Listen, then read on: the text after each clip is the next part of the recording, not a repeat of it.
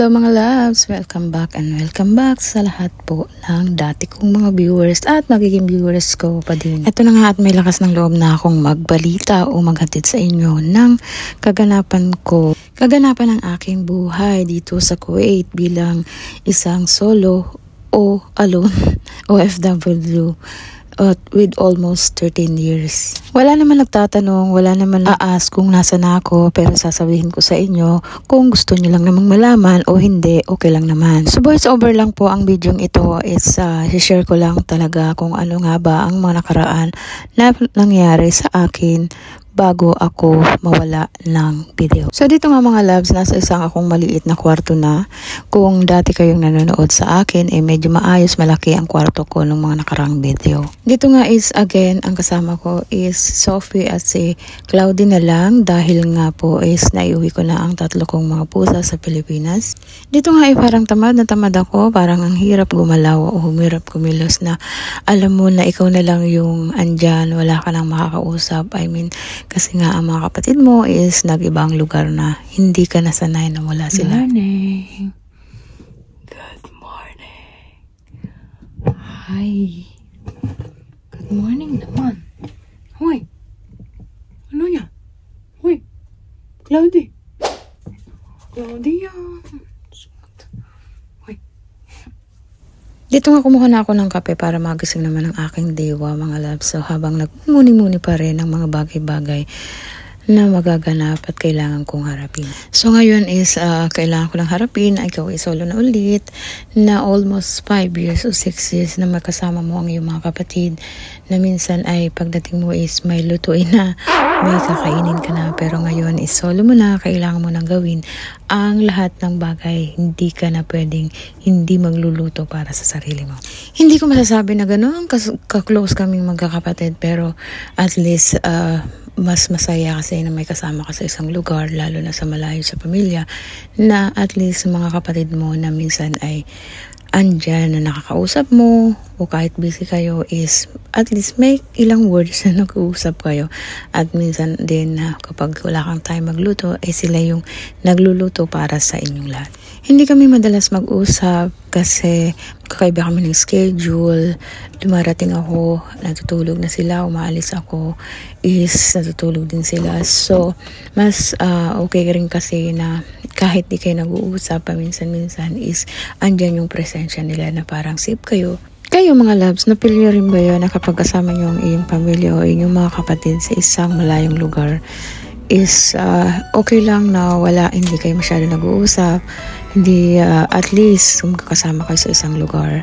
Kaya for me kasi masyado akong sensitive o emotional.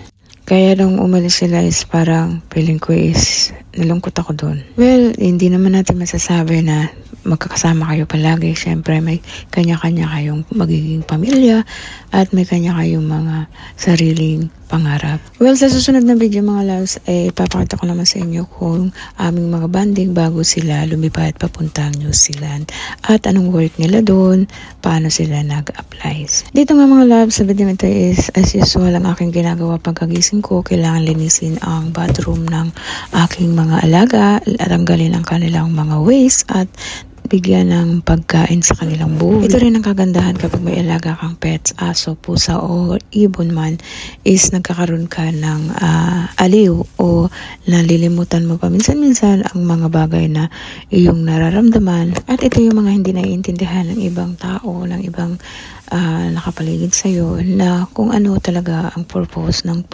mga pets sa ating life.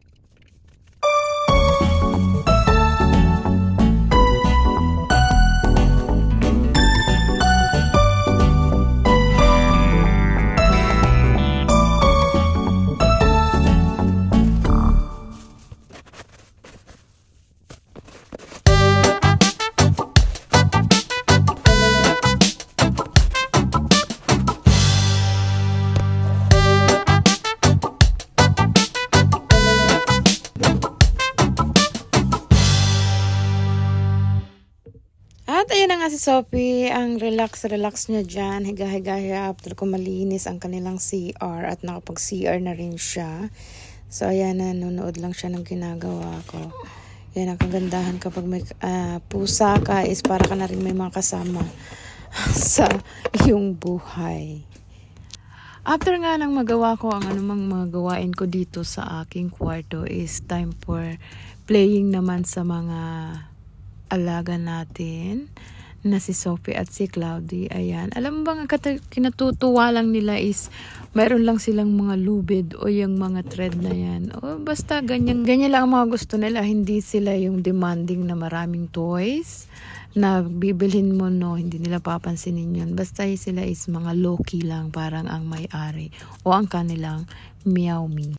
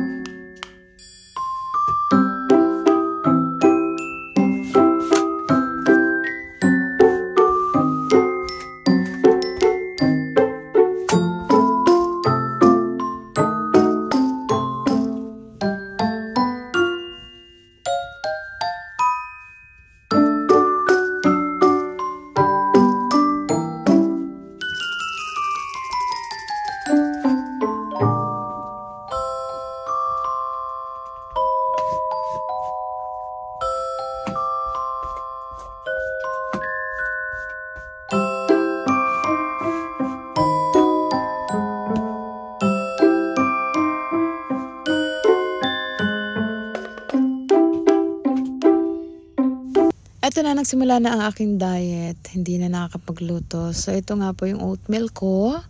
At and the lunch is, bumili na lang ako ng bangus silog sa tindahan. Ayan, laro-laro lang tayo sa ating pets. And more videos and mga clips po is meron po kaming TikTok, Bungi TV, or Clanny with the Browns. Search po yan sa TikTok. At makikita nyo po dyan ang active naming mga videos, kulitan, at mga kung ano-ano pa.